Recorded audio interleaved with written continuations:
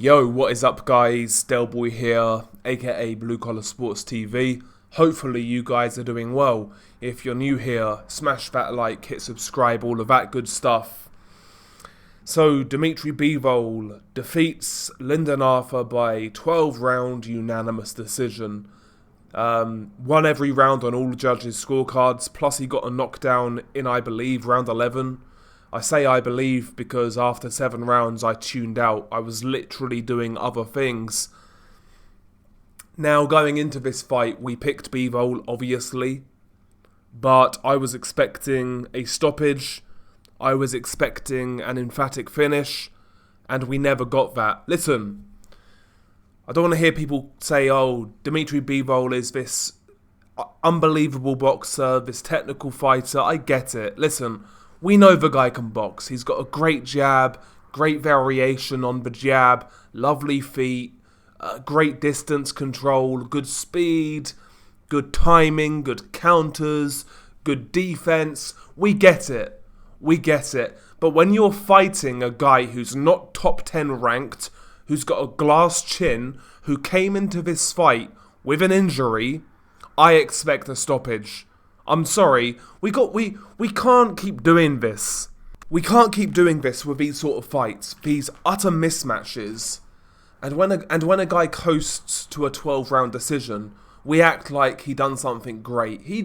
Dmitry Bivol did what he had to do. Did he really unload to try and give the fans a performance? Did he really try to make a statement? No. And honestly, this is why boxing's where it's at. Boxing fans have so low standards, they're going to act like this was some kind of masterclass. Oh, Dmitry Bivol is this superlative boxer. He's so great, this, that and the third. Listen, man, when you're a 15-1 favourite, I expect a stoppage.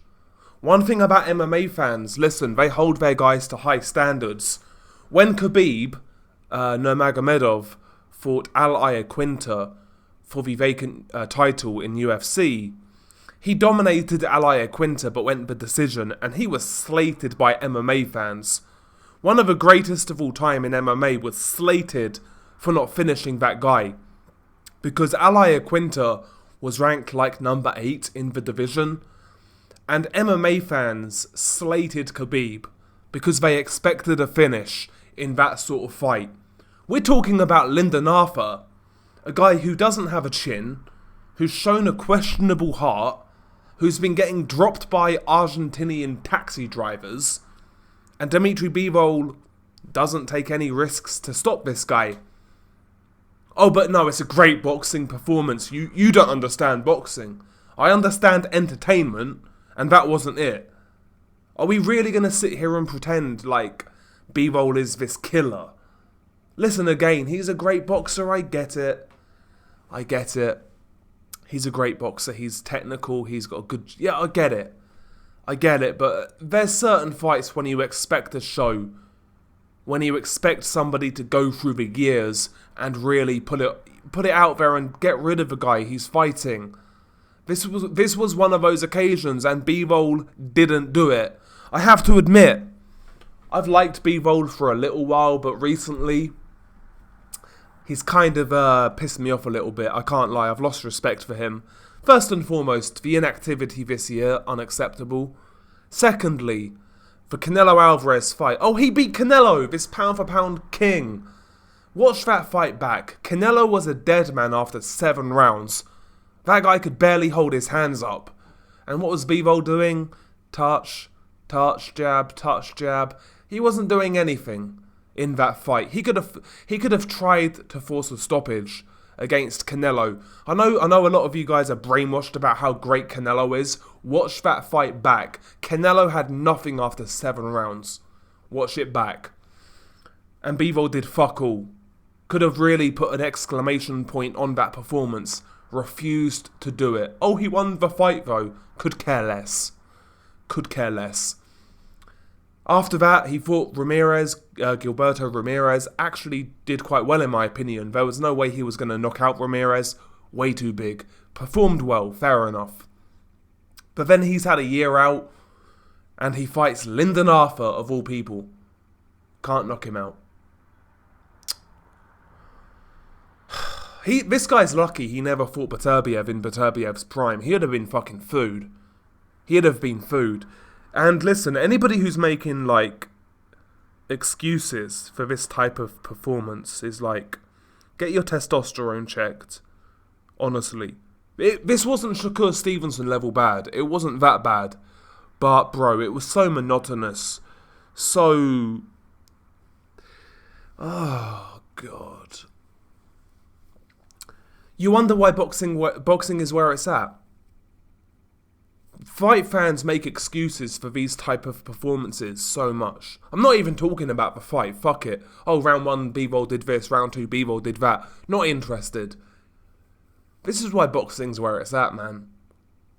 These guys aren't... Nobody expects anything of these guys. Nobody puts any pressure on these guys to do anything. These dick riders just fanboy over a certain fighter, and that's it. They don't have to do anything.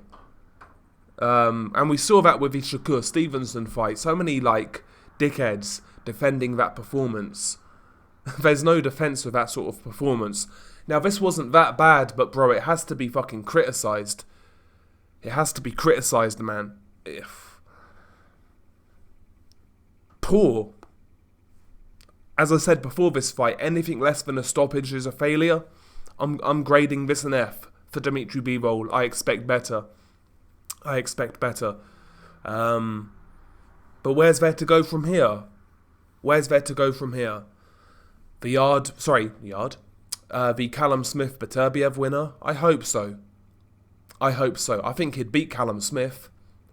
I do. I think stylistically he's got a great shot in that fight.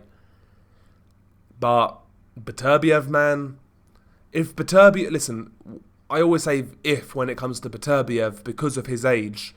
But Beterbiev who fought Vodzik would fucking eat this guy alive. It would be competitive until it's not. It would be competitive like the Vodzik fight. Vodzik was winning rounds against Beterbiev, but he was losing the war. That's what a Bivol fight would have looked like. But this guy's been stinking around, holding this title for so long. I'll be real, yeah. I'm kind of sick of this guy now. I'll be honest. Kind of like bored of his performances. What can I say? Oh, Bivol is this. There's gonna be some simps out there who defend it, but it is what it is. Anyway, share your thoughts below. I've had a few Stellas, by the way, if you can't tell.